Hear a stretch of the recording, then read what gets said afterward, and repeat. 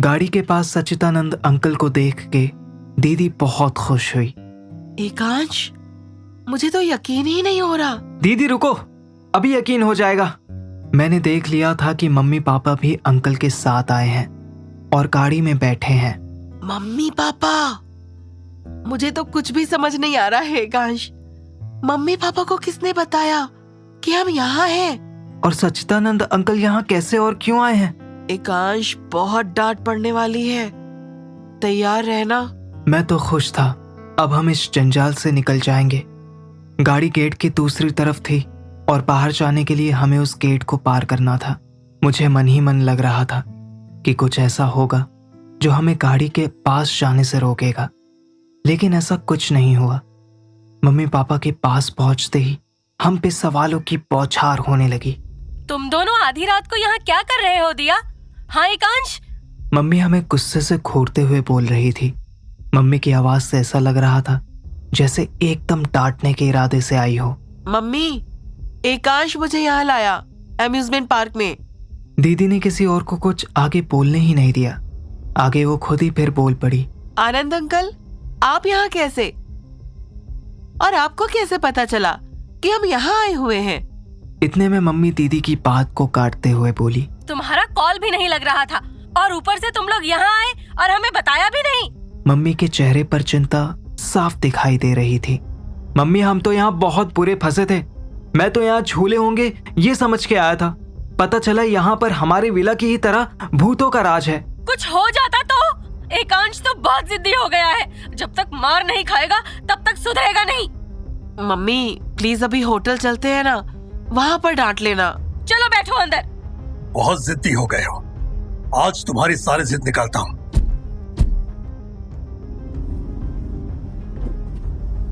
पापा, आपको कैसे पता चला कि हम यहाँ थे? और आनंद अंकल, वो यहाँ कैसे? आनंद अंकल को अंदेशा हुआ कि हम लोग किसी मुसीबत में पड़ने वाले हैं और इसीलिए वो हमसे मिलने भागे चले आए। मैं और दीदी बहुत घबराए हुए थे।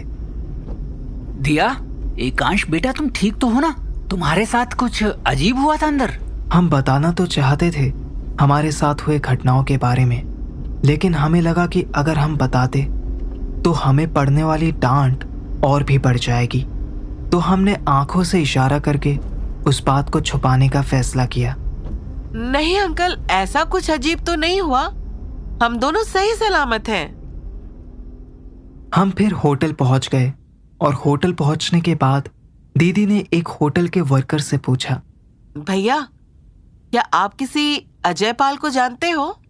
जी नहीं, लेकिन शायद इस होटल के जो वॉचमैन हैं वो जानते हो। वो इस जगह पर कई सालों से हैं। अच्छा, okay, thank you so much.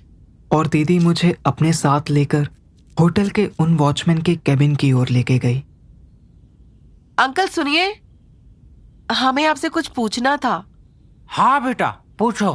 Uncle, क्या आप किसी अजय पाल को जानते हैं?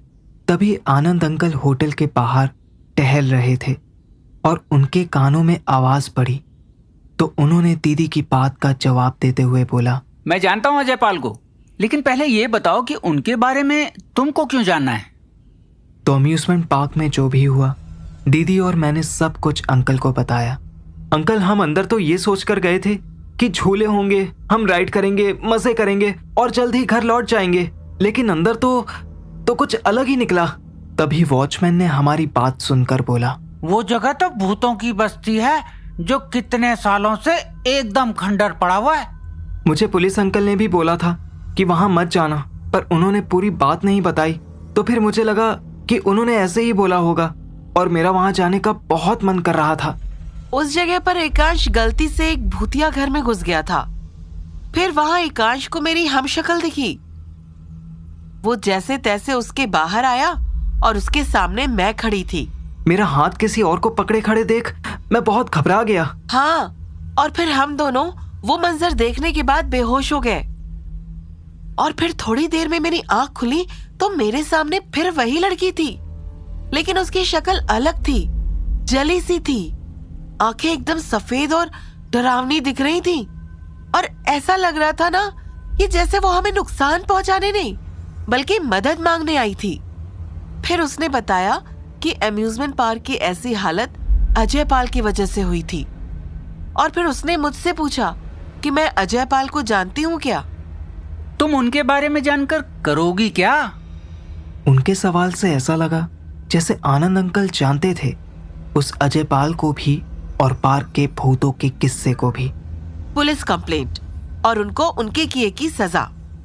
मैं सालों पहले काम के सिलसिले में जब लखनऊ आया था तब मेरी मुलाकात हुई थी अजय पाल से। उनके घर भी गया था, लेकिन हो सकता है कि उन्होंने अपना घर बदल लिया हो। तुम अभी सो जाओ, कल सुबह होते ही मैं तुमको उनके उधर ले चलता हूं। अगले दिन सुबह होते ही हम जल्द से जल्द निकल गए। हमारे साथ मम्मी पापा भी आए। न जाने दीदी को इस अजय पाल के बारे में इतनी छानबीन क्यों करनी थी। ऐसा क्या किया था उन्होंने जो दीदी को उन्हें सजा दिलवाना था। अजय पाल का घर उस अम्यूजमेंट पार्क से कुछ ही दूर था। वहां पास ही में एक सिटी थी। उसी सिटी के एक बड़े से बिल्डिंग में उनका भी घर था। हम उनके घर पहुंचे।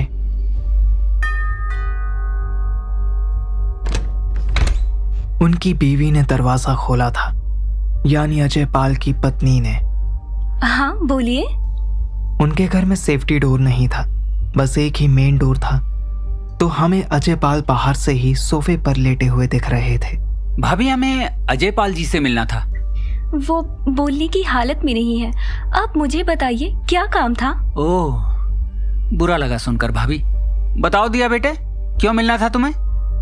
वो यहाँ करीब में ही एक अम्यूजमेंट पार्क था, तो मैं वहाँ से ही आ रही हूँ। मेरे भाई की जिद की वजह से मैं उसे वहाँ ले गई थी, लेकिन हमारे साथ वहाँ बहुत डरावनी और भयानक घटनाएं हुई। लेकिन बेटा, वहाँ आप गई क्यों?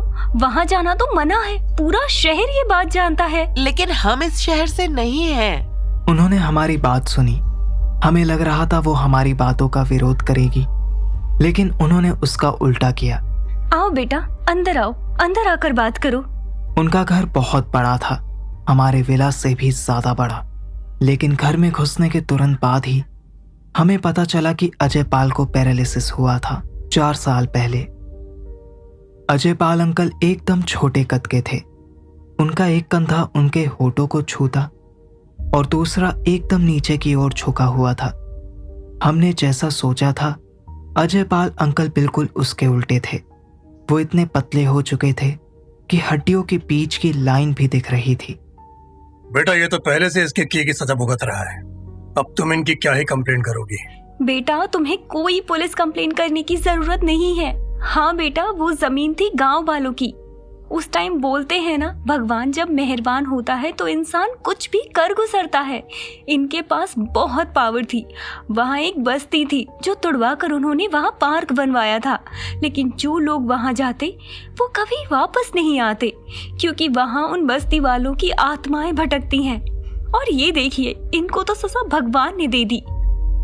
मेरे पास उन जमीनों के कागजात हैं। मैं उन पर साइन करके फिर से गांव वालों के नाम कर देती हूँ। हम यहाँ इनसे बात करके पुलिस कंप्लेंट करवाने को सोच रहे थे, लेकिन इनकी ये हालत देख के तो ये लग नहीं रहा कि ये ठीक होगा। भाभी, धोखे से किया गया कोई काम कभी सफलता प्राप्त नहीं करता। उसे कुछ समय बाद गिर के बिखरना ही था। वो हमने अनुभव कर लिया भैया। इनको मैंने कहा था मासूम बस्ती वालों पे रहम करो, लेकिन घमंड इनको आज ले डूबा। मैं जमीन के सारे कागजात तो आपके नाम कर दूंगी, लेकिन ये 5 साल पहले की बात थी। अजय पाल उस एरिया का सबसे बड़ा कंस्ट्रक्शन कंपनी का मालिक था और उनकी नजर एक बस्ती पे थी। उनको उस बस्ती की जगह एक अम्यूजमेंट पार्क बनाना था। उन्होंने लोकल पॉलिटिशियंस और पुलिस से मिलके वो बस्ती खाली करवाने का सोचा, लेकिन उस बस्ती के लोगों ने जमकर इसका विरोध किया। अजय पाल और उनके साथी मिलके कितनी भी साजिश रच लेते, लेकिन उन बस्ती वालों को वो डरा नहीं सके। सारी कोशिशों के बाद भी वो बस्ती वाले मान नहीं रहे थे। एक दिन वो घर आए और अपनी बीवी मंदिरा से ये बोलने लगे, ये बस्ती के लोग ना मानने को तैयार ही नहीं हैं। उनको डराया, धमकाया, पैसों का लालच भी दिया, पर मान ही नहीं रहे हैं। मंदिरा, समझ में नहीं आ रहा है कैसे इनको निकाला जाए। आप मुझे पहले बोलते तो कुछ कर सकते थे। मुझे लगा बस्ती वाले डर के मारे निकल जाएंगे। और तुम्हारा क्या मतलब है? तुम क्या कर सकती हो? फिर से तुम्हारे तांत्रिक गुरु की मदद मांगोगी? आप ये मुझ पे छोड़ दीजिए, मैं देखती हूँ। इन सब में नहीं पड़ना है मुझे, तुम रहने दो, वो काम तो कर देगा। लेकिन जब जब भी तुमने तुम्हारे गुरु से मदद ली है, घर में कुछ न कुछ अशुभ हुआ है। ये मत भूलिए कि मेरे गुरु के कारण ही हम इतनी आराम की जिंदगी जी रहे हैं। ये बंगला, पैसा और बिजनेस सब उनकी बदौलत है। ये सब तो दिया है उन्होंने, लेकिन हमारा एक भी बच्चा नहीं हो सका। कितने मिसकैरेजेस हुए हैं तुम्हारे? आप चुप रहिए, मुझे क्या करना है वो मुझे पता है। मंदिरा एक बड़ी तांत्रिक की भक्त थी और जरूरत होने पे वो उससे मदद मांगने चली जाती थी। लेकिन अजय पाल को इन सब में पड़ना अच्छा नहीं लगता था। अजय पाल का ये मानना था कि पैसा और बिजनेस देके उस गुरु ने उनके होने वाले बच्चे को छीन लिया है। लेकिन मंदिरा अजय पाल की बात नहीं मानती थी। उसे सिर्फ पैसों से मतलब था और कुछ नहीं। मंदिरा को कोई अफसोस नहीं था कि उन्हें कोई बच्चा नहीं हुआ। वो बहुत खुश थी कि वो एक आलीशान जिंदगी जी रहे हैं। फिर अजय पाल को बताए बिना वो तांत्रिक के पास चली जाती है। तांत्रिक का घर उनके घर से 10 किलोमीटर की दूरी पर था। वहां पहुंचने के बाद तांत्रिक कहता है, तू फिर से आ गई बच्ची, इस बार क्या चाहिए? गुरुजी, आपको तो सब कुछ पता ही है। अजय पाल जी बहुत कोशिश कर रहे हैं वो बस्ती को वहां से हटाने की और वहां एक अम्यूजमेंट पार्क बनाने की, लेकिन बस्ती वाले तो वहां से जाने का नाम ही नहीं ले रहे हैं। तेरी ये इच्छा पहली इच्छाओं से काफी बड़ी है मंदिरा। 300 लोगों को एक जगह से हटाना आसान नहीं होगा। उपाय तो है मेरे पास, लेकिन मुझे क्या दे पाओगे इस काम के लिए, हैं? गुरुजी, आप जो बोलें, बस हम अमीर रहें और कोई कठिनाई ना आए हम पे। ये सुन के तांत्रिक खुश हो जाता है और मंदिरा को एक कमरे में ले जाता है। उस कमरे में बहुत सारी अजीब किस्म की कठपुतलियां रखी हुई थी। तांत्रिक एक कठपुतली को उठाता है और थोड़े समय के लिए आंखें बंद कर लेता है। मंदिरा सारे कठपुतलियों को देखकर डर के एक जगह थम के खड़ी हो जाती है। गुरु आंखें खोल के कहता है, ये काम कर देगा तुम्हारा। ये क्या है गुरुजी? इस दुनिया में कई सार शक्तियां हैं। इस कमरे में जितनी कठपुतलियां हैं, उन सब में कोई ना कोई शक्ति कैद है और जरूरत पड़ने पर मेरा काम करके देती है, लेकिन बदले में कुछ देना पड़ता है। अगर काम होने के बाद इनको जो देना चाहिए वो नहीं दिया तो सब कुछ उल्टा पड़ेगा। सोच लो मंदिरा, अगर ये करना है तो इसका मूल्य भी चुकाना होगा। मैं तैयार हूँ गुरुजी। हमें जितना पैसा मिलेगा उसका 1/4 हम इस शक्ति को चढ़ा देंगे। ये सुन के तांत्रिक चुप हो जाता है और थोड़ी देर आंख बंद करके फिर बोलता है, तुम्हारा हाथ आगे बढ़ाओ। जब मंदिरा हाथ आगे बढ़ाती है तो एक चाकू से तांत्रिक उसे काटता है और उसका खून उस कठपुतली पे लगा देता है। जैसे ही खून उस पे लगता है, तांत्रिक मंत्र पढ़ना शुरू कर देता है। थोड़ी देर बाद आंखें खोल के वो कहता है, इस कठपुतली को उस बस्ती के बीच में दफना देना, लेकिन याद रखना, अगर उस शक्ति को जो मूल्य देना है वो कैसे भी लेकर रहेगी। जैसे मैंने कहा है वैसे ही करना और वो बस्ती तुम्हारी हो जाएगी।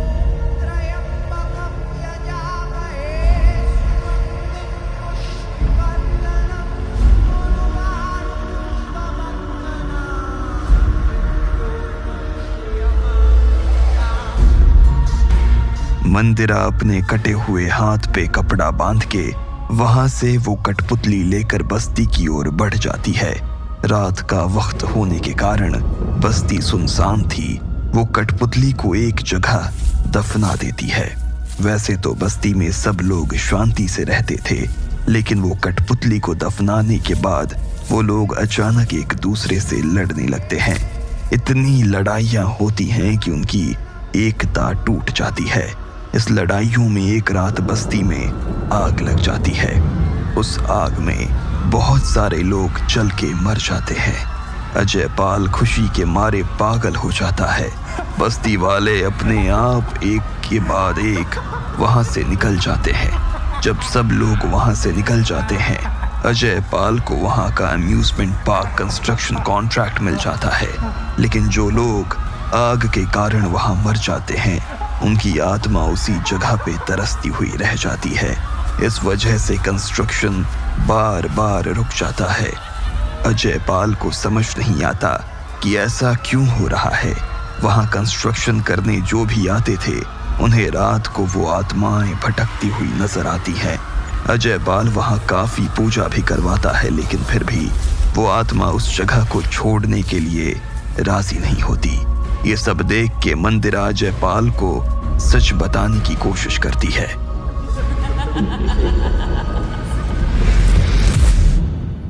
आप मानते क्यों नहीं जब मैं कह रही हूँ कि हमें 1/4 पैसे गुरुजी को पहुँचाने हैं? नहीं तो कुछ अशुभ होगा हमारे साथ। ये सब कहने की बातें हैं, और मुझे नहीं लगता हमें किसी को अपने पैसे देने चाहिए। बस्ती में जो हुआ उसमें तुम्हारे गुरुजी का कोई वास्ता नहीं है। इस बारे में हम और कोई बहस नहीं करेंगे। जो होगा देखा जाएगा। अभी जो हो रहा है काफी नहीं है? अगर हम जैसा गुरुजी कहते हैं वैसा नहीं करेंगे तो पता नहीं क्या अनर्थ हो जाएगा। मंदिरा के लाख कहने के बाद भी अजय पाल नहीं मानता है। अम्यूजमेंट पार्क बंद तो जाता है, लेकिन कभी ओपन नहीं होता, क्योंकि वहां जो भी जाता है वो वापस नहीं आता, या तो वो पूरी तरह पागल हो जाता है। वहां अम्यूजमेंट पार्क बंद और भूतिया हो जाता है। और यहाँ अजय पाल को एक दिन दौरे पड़ने लगते हैं। वो तड़प तड़प के पैरालिसिस का शिकार हो जाता है। मंदिरा अपने गुरु को मिलके बहुत भीख मांगती है, लेकिन गुरु कुछ नहीं कर पाते। मैंने तुम्हें पहले ही बोला था, अगर जैसा कहूंगा वैसा नहीं करोगी तो उल्टा पड़ जाएगा। तुम्हारे पास एक ही रास्ता है। एक दिन आएगा जब कोई आत्मा से बात करने वाला यहाँ आएगा, तब उसकी मदद लेके इस जंजाल से बाहर निकल सकती हो। तब तक कुछ नहीं हो सकता।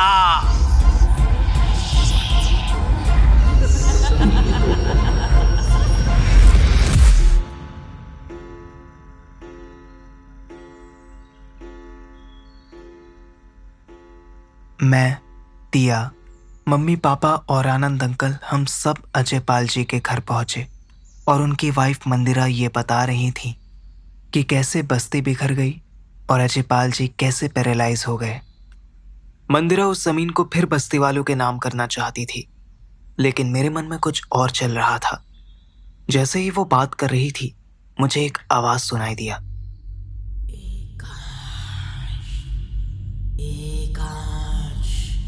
इसकी बात मत मानो, ये झूठ बोल रही है। इसकी बात मत मानो। मैंने इधर उधर देखा, लेकिन वहां हमारे सिवा कोई नहीं था। पहले मैंने सोचा मेरा वहम है, लेकिन जब भी मंदिरा बोलना शुरू करती, मुझे वो आवाज फिर सुनाई देती। आनंद अंकल समझ जाते हैं कि मुझे कुछ सही नहीं लग रहा है। वो मंदिरा से बातें खत्म करके हमें वहां से निकलने के लिए बोलते हैं। ठीक है मंदिरा जी, अब हम चलते हैं। थोड़ा हमें भी सोचने दीजिए, फिर मिलते हैं। प्लीज सोचने में बहुत टाइम मत लगाइएगा। मैं ये कहने वाली थी कि मैं ये जगह बस्ती वालों के नाम तो कर दूंगी, लेकिन वहां भटकती आत्माओं का क्या कर सकते हैं? जब तक वो भूतिया है, कौन लेगा उस जमीन को वापस? ये बात सही है, इसलिए हमें थोड़ा वक्त दीजिए। कोई ना कोई तरकीब निकाल लेंगे जरूर। ठीक है, यहाँ तक आने के लिए थैंक यू। होटल पहुंचते पहुंचते रात हो गई थी। गाड़ी में वापस आते वक्त सब चुप थे। आनंद अंकल गहरी सोच में थे। वहां पहुंचते ही आनंद अंकल ने सबसे कहा, मुझे आप सब लोगों से एक बहुत इंपॉर्टेंट बात करनी है। चलिए हम आपके रूम में चलते हैं। हाँ, आप बहुत सोच में डूबे हुए थे, इसलिए आपको आते वक्त डिस्टर्ब नहीं किया। अब रात भी बहुत हो चुकी है, आज रात आप यहीं रुक जाएं। आनंद अंकल रूम लेने के लिए रिसेप्शन पे गए और हम मम्मी पापा के रूम में बैठकर उनका इंतजार कर रहे थे। आनंद अंकल हमारे रूम में आए और पहले मुझे ये बताओ एकांश, जब मंदिरा जी बात कर रही थी तुम बीच में बहुत सीरियस होकर इधर उधर देख रहे थे, कुछ अजीब देखा क्या तुमने वहां? कुछ नहीं अंकल, ऐसा लगा मैंने किसी की आवाज सुनी। कोई तो बहुत दर्द में था। क्या कहा उस आवाज ने एकांश? कि मंदिरा जी झूठ बोल रही हैं और वो कुछ छुपा रही हैं। एक बार नहीं, बार बार यही सुनाई दे रही थी। मुझे शक था कि कुछ तो गड़बड़ थी वहां, तभी मैंने जल्दी सबको वहां से चलने को कहा। एकांश जब पैदा हुआ था तभी पंडित जी ने इसकी कुंडली देखकर कहा था कि इसको अंदरूनी शक्तियां दिखेंगी या इससे बात करेंगी, लेकिन हमने कभी इसे सीरियसली नहीं लिया। सोचा था कि ये थोड़ा सेंसिटिव है बस। मैं यही कहने की कोशिश कर रहा था। आपने जब मुझे अपने विला के बारे में बताया तभी मुझे शक हुआ कि आप में से किसी के पास ये शक्ति है, इसीलिए जाने अनजाने में एकांश ऐसी जगहों पर पहुंच जाता है। अब देखो, इसे ही उस अम्यूजमेंट पार्क ने आकर्षित किया क्योंकि भटकती हुई आत्माएं इसे महसूस कर सकती हैं और मदद मांग सकती हैं। इसका मतलब ये नहीं कि सारी शक्तियां या आत्माएं अच्छी होंगी, इसलिए एकांश को बहुत सावधानी से रहना होगा। ये सब ठीक है, लेकिन ये अम्यूजमेंट पार्क का क्या करें? अगर मंदिरा जी झूठ बोल रही हैं तो सच क्या है? और आप जो बोल रहे हैं एकांश के बारे में, क्या हम पार्क में भटकती हुई आत्मा को छोड़कर घर जा सकते हैं? जा तो सकते हैं, लेकिन वो हमेशा एकांश की मदद के लिए पूछते रहेंगे। ये एकांश पर निर्भर है। हमें उनकी मदद करनी होगी, नहीं तो वो इसी तरह सालों साल भटकती रहेंगी और उनकी मदद किए बिना जाएंगे तो हमेशा मुझे दिखती रहेंगी। इससे बेहतर होगा कि जो हम कर सकते हैं वो करें, पर मैं अकेला नहीं कर पाऊंगा। प्लीज आप भी मदद करो। ऑफ कोर्स, हम सब तुम्हारे साथ हैं। मम्मी, पापा और दीदी भी हाँ कहते हैं। अपने अपने रूम में पहुंचते पहुंचते बहुत रात हो चुकी थी। मेरे मन में बहुत से सवाल उठ रहे थे, लेकिन मुझे लगा कि मुझे हिम्मत से आगे बढ़ना चाहिए। पता नहीं कब मेरी आंख लग गई। आंखें खोली तो अभी भी अंधेरा ही था। उस अंधेरे में मैंने देखा कि मेरे पैरों के पास एक लड़की खड़ी थी। उसके पैर हवा में थे और मुझे देख रही थी, लेकिन उसे देख के मैं पहले डर गया और आंखें बंद कर ली। लेकिन मुझे आनंद अंकल की बातें याद आई।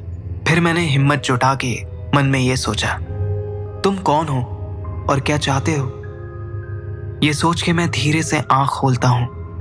मैं बेड पे लेटा हुआ था और वो हवा में मेरे सामने थी। मैं बहुत हिम्मत जुटा के वही सवाल धीरे से उससे करता हूं। वो धीरे से अपना हाथ मेरी तरफ बढ़ाती है। मुझे लगा मुझे भी यही करना चाहिए। मैं अपना हाथ उठा के उसके हाथ को छूता हूं। सडनली ऐसा लगा कि मैं हवा में उड़ रहा हूं। पलट के देखा तो मैं हवा में उसके साथ हूं, पर मेरी बॉडी बेड पे लेटी हुई है। ऐसा लग रहा था कि मेरा शरीर सो रहा है। लगता है मेरी आत्मा मेरे शरीर से बाहर आ गई है। मैं उस लड़की को देखता हूं। उसका चेहरा भयानक नहीं था। वो मुझे देखकर बहुत दर्द से रोने लगती है। मैं धीरे से उससे कहता हूं, मुझे ये सब क्यों दिखा रही हो? मुझसे क्या चाहिए? ये सुनते ही वो आत्मा धीरे से मेरी तरफ आती है और अपने दोनों हाथों से मेरा चेहरा पकड़ती है। मैं आंखें बंद कर लेता हूं। मुझे अम्यूजमेंट पार्क में मंदिरा जी का कठपुतली दफनाना, बस्ती वालों में लड़ाइयां, बस्ती में आग, लोगों का मरना सब दिख जाता है और ये समझ में आता है कि कठपुतली की शक्ति की वजह से वो सब लोगों की आत्माएं वहीं भटक रही हैं। मुझे वो लड़की और जहां वो कठपुतली को दफनाया गया है वो दिखती है। मुझे ये समझ में आता है कि मुझे कैसे भी करके उस कठपुतली को वहां से निकालना होगा। ये समझ में आते ही मेरे आंखें खुल जाती हैं और मैं वापस अपने शरीर में चले जाता हूं। दीदी, दीदी, दीदी उठो, दीदी, क्या एकांश, सोने देना प्लीज, अभी मेरी नींद पूरी नहीं हुई है यार। दीदी मुझे पता चल गया है उन आत्माओं की मदद कैसे कर सकते हैं। चलो पापा मम्मी और आनंद अंकल को कहते हैं।